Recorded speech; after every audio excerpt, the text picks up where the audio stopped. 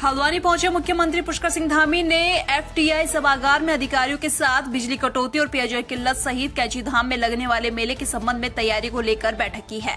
इस दौरान अधिकारियों को पूरी तत्परता से यातायात और पर्यटन सीजन की समस्या का समाधान ढूंढने के निर्देश दिए गए। देखिए, ये अत्यधिक लोड होने के कारण से, ज़्यादा दबाव होने के कारण से ट्रांसफार्मर इत्यादि बार बार ख़राब हो रहे थे। लाइन लॉसेस ज़्यादा है, उसको ठीक करने के लिए कहा है और विभाग जो है उस पर योजना बनाएगा। और फिलहाल शॉर्ट टर्म जो अभी तात्कालिक जो परेशानी है, उस परेशानी से हमने कहा है कि उसका रास्ता निकाला जाए जिससे कि लोगों को दिक्कत न हो। और उसके अलावा दीर्घकालिक योजना पर काम होगा और उसमें यूपीसीएल और पिटकुल दोनों ही मिलकर इस पर काम करेंगे, जिससे कि जो है जो नए जो बिजली घर बनाए जाने हैं उन पर भी काम होगा और सब स्टेशन इत्यादि जो बनने हैं। कल भी मैं इसमें एक मीटिंग करूंगा और आज देहरादून में मैं प्रातःकाल यहाँ आने से पहले इस संबंध में मैंने सारे दिशा निर्देश ऊर्जा सचिव को और ऊर्जा विभाग के सभी अधिकारियों को दिए हैं और हमारा प्रयास होगा कि जल्दी से जल्दी सब लोग मिलकर, लेकिन चूँकि चुनौती है और ये समस्या थोड़ा सा इस प्रकार की है कि एकदम से जो है उसका ये नहीं कह सकते कि सबके हाथ में ही है, थोड़ा उसमें समय भी लगेगा, लेकिन फिर भी लोगों को चूँकि परेशानी न हो, हमने कहा है कोई वैकल्पिक रास्ता उसका बढ़ती गर्मी में आदमी तो छोड़िए, मशीनें भी तप रही हैं। गर्मी के तेवर देख बिजली देने वाले ट्रांसफार्मर भी गर्म हो रहे हैं। बिजली विभाग इन्हें कूलर और पंखे लगाकर ठंडा कर रहे हैं। हालांकि इसके बाद भी ट्रांसफार्मर के तापमान में सिर्फ 2 डिग्री सेल्सियस की कमी आई है। बिजली घर में लगे 12.5 MVA के 2 ट्रांसफार्मरों के लिए कूलर और पंखे लगाए गए हैं। मैं ये कहना चाहूँगा, समस्त जनता से अपील करना चाहूँगा कि इस बार जो गर्मी पड़ी है वो उम्मीद से कहीं गुना ज़्यादा पड़ गई है और जिसके कारण जो हमारा विद्युत बाहर में जो बढ़ोतरी हुई है वो भी उम्मीद से कई गुना ज़्यादा हो गई है। हमारी पूरी तैयारियाँ थी, हम इस बार पूरे आश्वस्त थे कि इस बार हम गर्मियों से इसमें इस प्रकार की कोई समस्याएं हमारे पास नहीं होंगी। उसके लिए हमने अपने पावर परिवर्तन की क्षमता वृद्धि करी है, अपनी लाइनों का करेक्शन किया है, उनका लाइनों का अमेंडमेंट किया है हमने चीज़ों को, और डिस्ट्रीब्यूशन ट्रांसफर भी हमने लगाए हैं। हमारी पूरी तैयारी इस बार थी, लेकिन उसके बावजूद भी जो ये ग्रोथ हुई है गर्मी में और उसके कारण जो क्यूमुलेटिव इफेक्ट आया है लोड में बढ़ने का, वो हमारी उम्मीदों से कहीं ऊपर चला गया है, जिसके कारण हमें अभी रोस्टिंग भी करनी पड़ रही है। पिटकुल कंट्रोल से के आदेशानुसार कई बार उनकी भी जो परिवर्तक है, उनकी जो क्षमता है उससे ऊपर चले जा रहे हैं और जो हमारे केबल वगैरह हैं वो भी क्षतिग्रस्त हो जा रहे हैं। उसके बाद पूरा प्रयास करेंगे समय समय पे उनको तुरंत बहाल करें और लोगों की विद्युत आपूर्ति बहाल करें।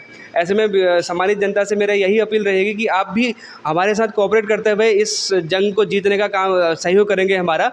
ये बड़ी सभी के लिए एक चुनौतीपूर्ण जंग है और मैं सभी से अपील करूंगा कि अपना जो लोड है वो बांट के चलाएं, सारा का सारा लोड एक साथ ना डालें और जितना संभव हो सके बिजली बचाने का प्रयास करें और सहयोग करें बिजली विभाग के कार्य में। कुछ ही महीने की बात है, बरसात होते ही सब चीज़ें नॉर्मल हो जाएंगी, तब तक आपसे सहयोग की अपील की।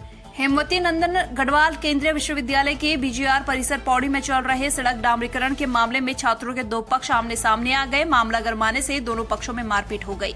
मामले में दोनों ही पक्षों ने कोतवाली पौड़ी और CO सदर को ज्ञापन सौंपा है। जी, कल एक न्यूज़ ऐप में और सोशल मीडिया में एक वीडियो हमने देखा था जिसमें उनके द्वारा मेरे ऊपर आरोप लगाया गया था कि मैं ठेकेदार के साथ मिला हूँ और मैंने ठेकेदार से पैसे खाए हैं, जबकि ऐसा कोई ठेकेदार ने स्वयं इस बात को थाने में आके बताया कि ऐसा कोई प्रकरण नहीं हुआ है, जबकि इनके द्वारा उसको बार बार प्रताड़ित किया जा रहा था, बार बार उसके कार्य में बाधा डाली जा रही थी। जिन लोगों को इतना तक ज्ञात नहीं है कि एक सेंट्रल यूनिवर्सिटी में अगर किसी को आप किसी चीज़ की जानकारी लेना चाहते हैं या फिर किसी चीज़ की जानकारी आपको देनी, तो आपको VC के माध्यम से वो चीज़ें अमल में लाई जाती है, ना कि डिस्ट्रिक्ट मजिस्ट्रेट के द्वारा, क्योंकि एक सेंट्रल यूनिवर्सिटी है, इसमें डायरेक्ट हस्तक्षेप सेंट्रल से होता है। जिन लोगों को ये पता नहीं है कि कहाँ से कार्य कैसे कार्य होना है, जिन लोगों को ये पता नहीं है कि दिन में भारी वाहनों का प्रवेश शहर के अंदर भीतर वर्जित होता है, इसलिए रोड पेंटिंग का काम रात को किया जाता है ताकि अव्यवस्था ना हो, ट्रैफिक की अव्यवस्था ना हो। जिन लोगों को इस चीज़ का नॉलेज नहीं है, मुझे तो पता ये समझ नहीं आता है कि किस प्रकार ये विश्वविद्यालय में अध्यक्ष बने, किस प्रकार बच्चों ने इनको चुन के अध्यक्ष बनाया है, जिन लोगों को अपने विश्वविद्यालय की तक जानकारी नहीं है। जी, प्रकरण ये है कि मैं अपने निजी विभाग के कार्य से जब BGR परिसर पौड़ी में गया, मैं अपने विभाग की तरफ जा रहा था, तो वर्तमान छात्र संघ अध्यक्ष जो इस प्रकार का रवैया वहाँ पर अपना रहे हैं, वो मुझसे कहते हैं कि बात करनी है। मैंने कहा बात कर लो। कहने लगे कि बुलाओ अंकित सुंदरियाल को कि तुमने रोड का विरोध किया है, बात करनी है। मैंने बुला देता हूँ, लेकिन जब अंकित सुंदरियाल वहाँ पे नहीं आ पाए मौके पर तो ये बदतमीजी करने लगे, मेरे साथ धक्का मुक्की करने लगे। मैंने कहा मेरा इरादा कोई लड़ाई करना नहीं है, मुझे आप कानूनी तौर पर गलत साबित कर दो, मेरा जवाब वही होगा।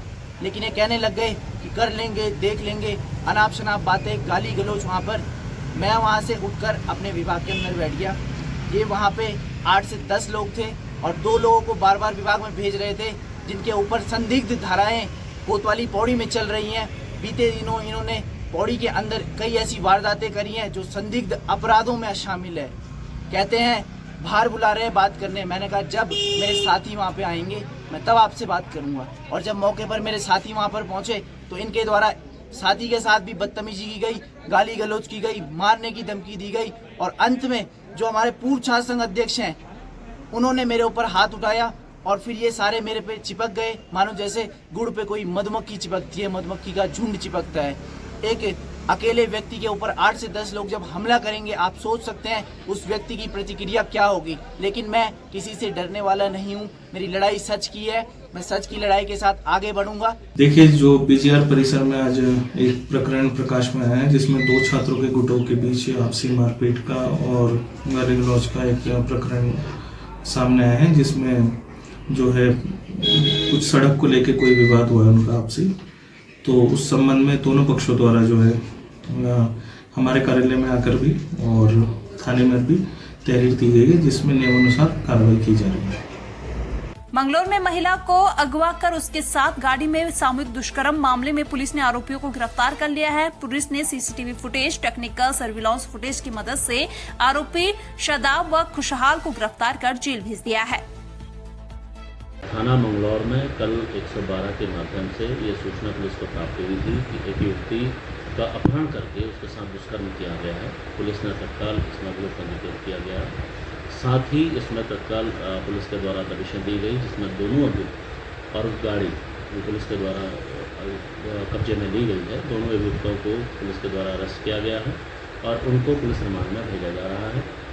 जो भी संगीन धाराओं में 366, 376 में भी पंजीकृत किया गया है और इसकी विवेचना का जो पर्यवेक्षण है वो सीनियर ऑफिसर के स्तर से किया जा रहा है और इसमें जो भी सख्त कार्रवाई होगी वो पुलिस के द्वारा में लगेगी।